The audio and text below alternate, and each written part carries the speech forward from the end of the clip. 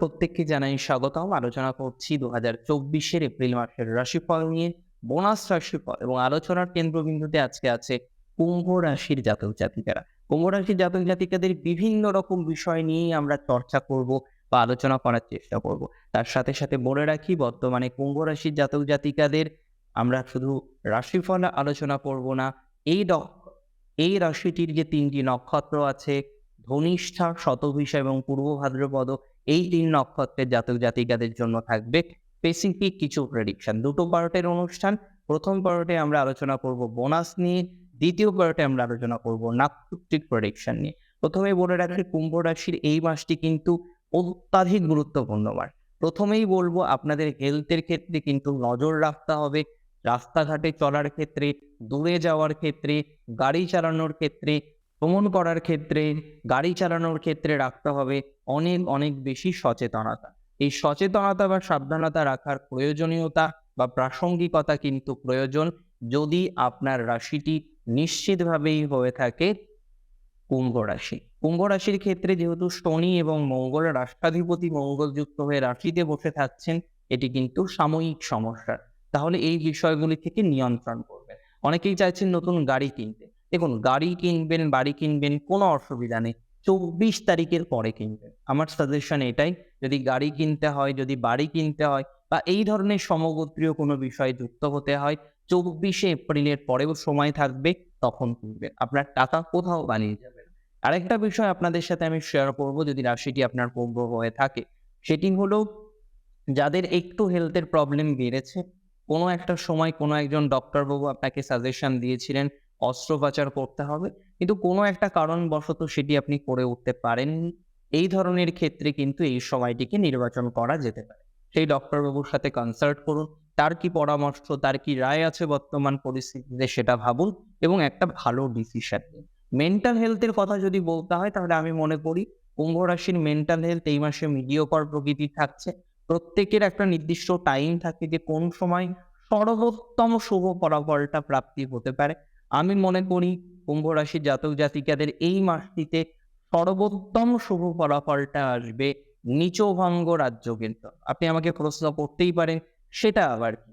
নীচভঙ্গ রাজ্য হলো একটি নির্দিষ্ট রাশিতে যে প্ল্যানেটটি উচ্চস্থ হয় এবং যে প্ল্যানেটটি নিচস্থ হয়, তারা দুজন যদি সহ অবস্থান করে, তখন আমরা দেখি যে নীচভঙ্গ রাজ্য তৈরি হয়। আরো কিছু রুলস আছে নীচভঙ্গ রাজ্য তৈরি করার। তবে আমি মনে করি নীচভঙ্গ রাজ্যের ফলে মাসে কুম্ভ পাবেন তার মানসিক স্বাস্থ্যের ক্ষেত্রে, এবং এটার কারণে আপনি কিছু মেডিটেশনের হেল্প নিতে পারেন। Meditation, not medication. এখানে মেডিকেশন মানে ঔষধপত্র। আমি মেডিটেশন অর্থাৎ এখানে ইয়োগা, বিভিন্ন রকমের যে প্র্যাকটিস গুলো আছে তার কথা বলছি। তার সাথে সাথে বলে রাখি, রাশি যদি আপনার হয়ে থাকে কুম্ভ, এনহান্সমেন্ট বা পজিটিভিটি ইনক্রিজ করবে স্পিরিচুয়াল ক্ষেত্রেও। আপনারা যারা স্পিরিচুয়ালিটির সাথে যুক্ত আছেন, সংযুক্ত অবস্থায় আছেন, তাদের ধনাত্মকতা কিন্তু বাড়বে। কর্মজীবনের ক্ষেত্রে কুম্ভ রাশির এই মাসটি তুলনামূলকভাবে ভালো বলে আমি মনে করি, যেহেতু আপনাদের দশম ভাবের যে অধিপতি গ্রহ, তিনি হচ্ছেন মঙ্গল, ২৪ তারিখের পরে প্রবেশ করবেন রাশির দ্বিতীয় ভাবে। এই সংযোগটি শুভ। কোথাও যেন গিয়ে আপনার কর্মজীবনের এনহান্সমেন্ট সেটি লক্ষ্য করা যাবে। একাদশ ভাবের অধিপতি প্রবেশ করবে চতুর্থে মে মাসের প্রথমে, এপ্রিলের শেষে। এই সংযোগটিও আপনাদের জন্য এক্সট্রিমলি ভালো। এই ধরনের কম্বিনেশনে লক্ষ্য করা যায় যে পজিটিভিটির মাত্রাটা কিন্তু বৃদ্ধিপ্রাপ্ত হবে।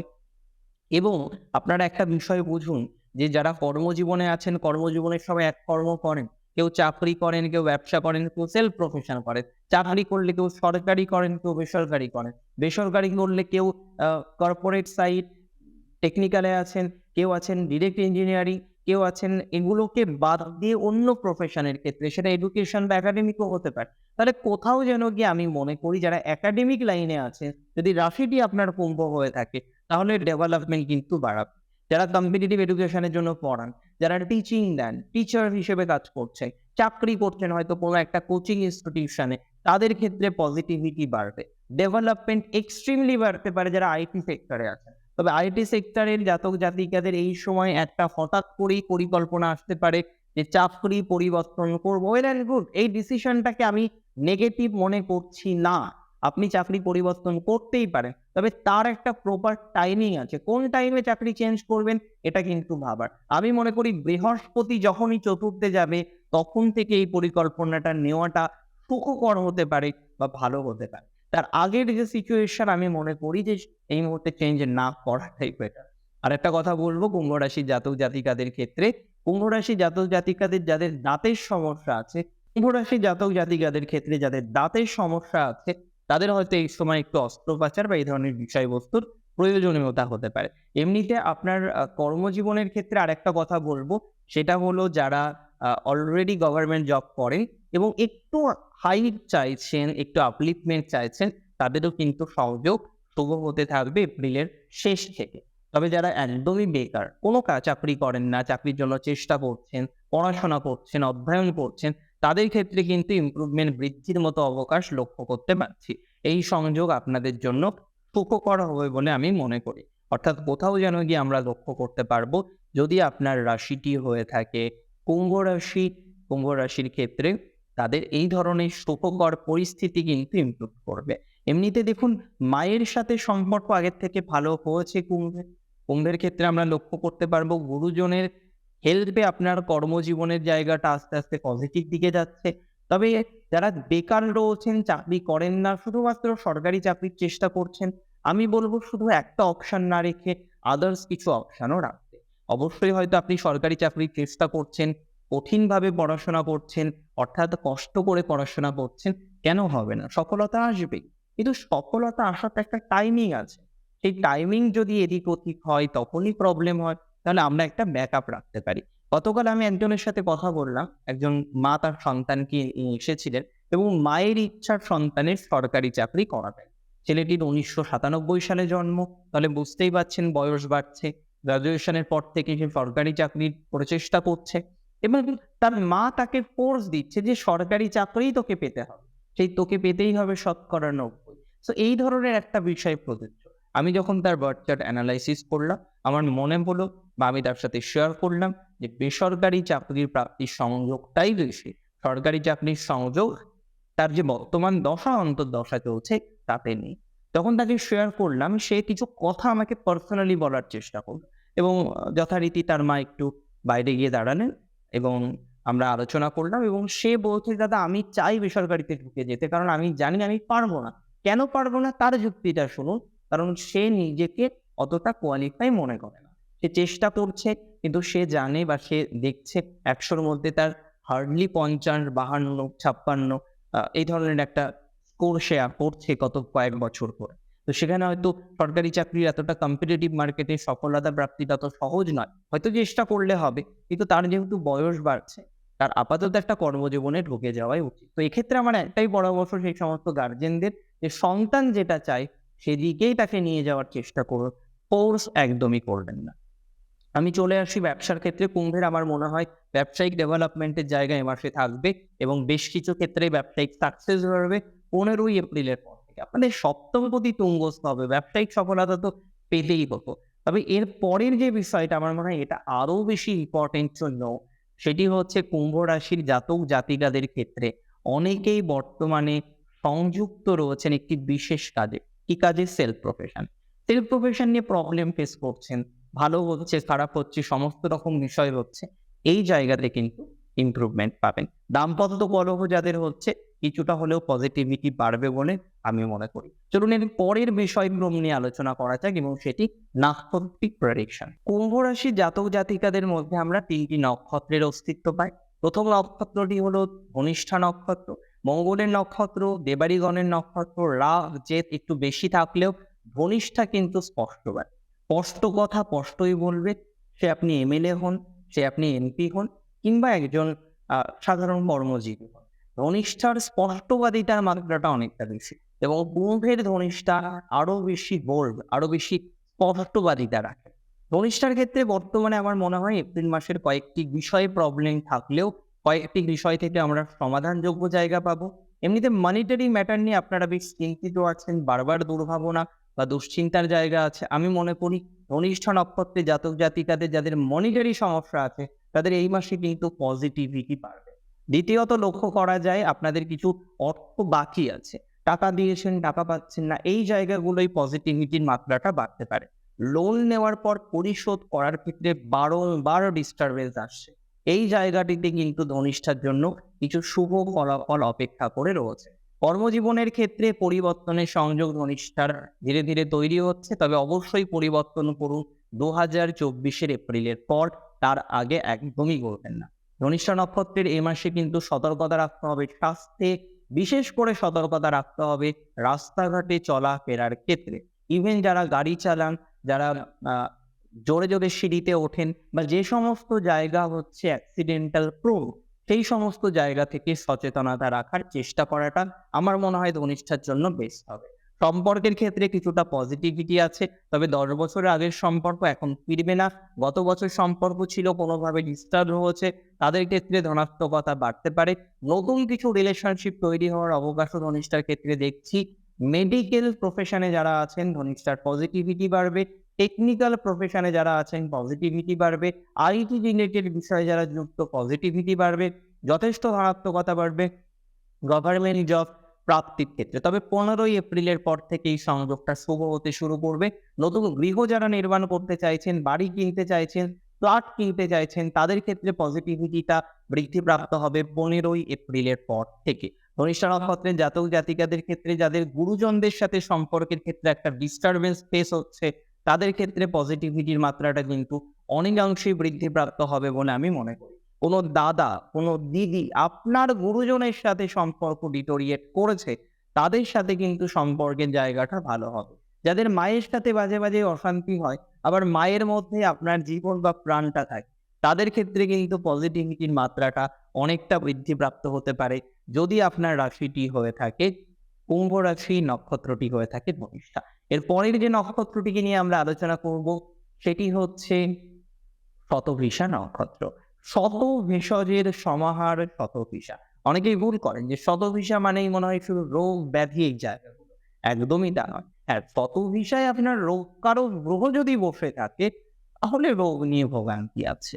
হাজার হাজার ভেষজের পরেও রোগ মুক্তি হতে চায় না, যদি শতভিষাতে রোগ কারো গ্রহ বসে থাকে। বর্তমান যে সিচুয়েশনটা রয়েছে, তাতে শতভিষা, হ্যাঁ, মেন্টাল হেলথের জায়গাটা একটু ডিস্টার্ব, এবং সেই ডিস্টারবেন্স আসছে মনিটারি কারণে, সেই ডিস্টারবেন্স আসছে পার্সোনাল লাইফের কারণে।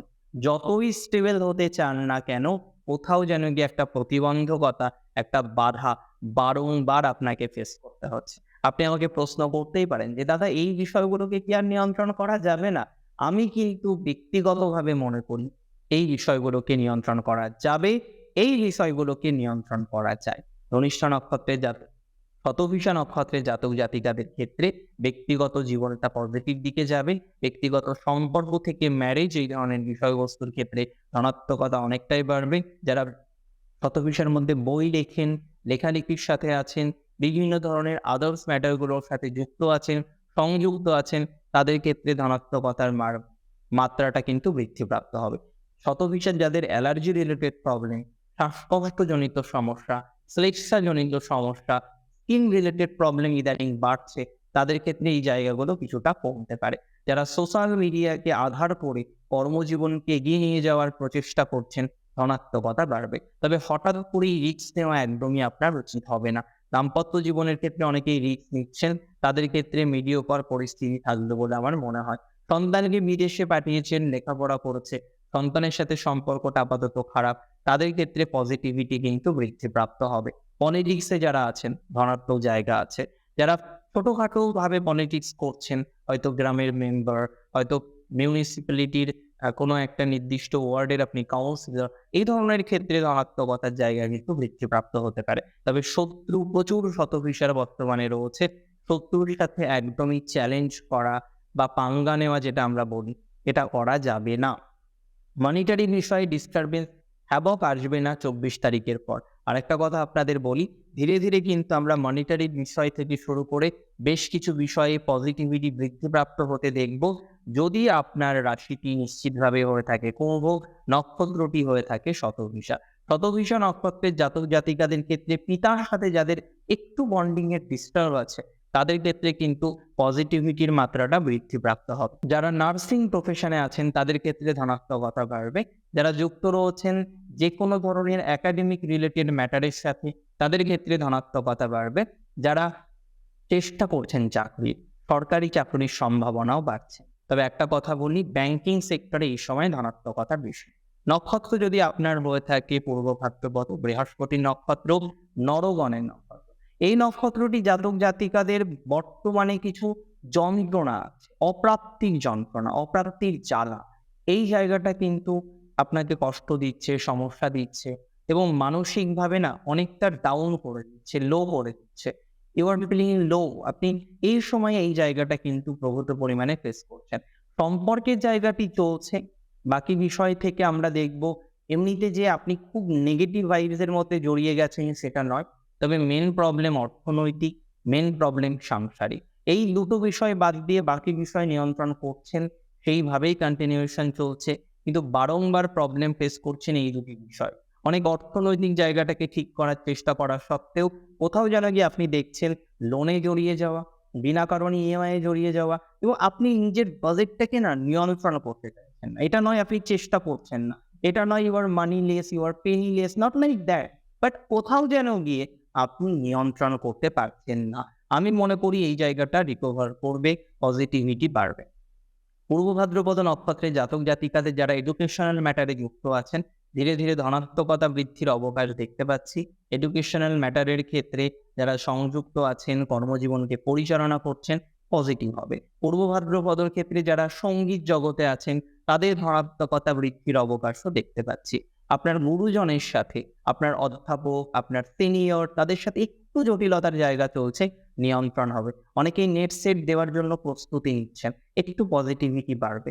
এন্ট্রান্স এক্সামিনেশনের ক্ষেত্রে ধনাত্মকতা বাড়বে। আপনার গার্লফ্রেন্ড বা বয়ফ্রেন্ডের সাথে সম্পর্কটা স্ট্রং হবে। তবে সন্দেহ বাতিকতাকে একটু কমাতে হবে এবং সময় শেয়ার করবেন, বাট সময়টা কিন্তু লিমিটেশনের মধ্যে রাখবে। অতিরিক্ত মাত্রায় এই বিষয়টাই সমস্যার জন্ম দিতে পারে। পূর্ব ভাদ্রপদ নক্ষত্রের জাতক জাতিকাদের সাড়ে সাথেই চলছে বলে যে জীবনের অগ্রগতিতে হিউজ প্রবলেম হবে সেটা আমি মনে করি না। তবে একটা বিষয় আমি মনে করি, পারিবারিক শত্রুতা থেকে জটিলতা বাড়তে পারে, প্রপার্টি রিলেটেড কিছু সমস্যার জায়গা হঠাৎ করেই তৈরি হতে পারে। এই জায়গাটিকে নিয়ন্ত্রণ রাখতে হবে এবং যারা স্পিরিচুয়াল লাইনে রয়েছেন তাদের ক্ষেত্রে গ্রোথ কিন্তু অসম্ভব বৃদ্ধিপ্রাপ্ত হবে। যদিও এই সময়ে দেখা যাবে অনেকেই নতুন দীক্ষা নেবেন, নতুন স্পিরিচুয়ালিটির সাথে যুক্ত হবেন, এই বিষয়গুলো কিন্তু লক্ষ্য করতে পারছি।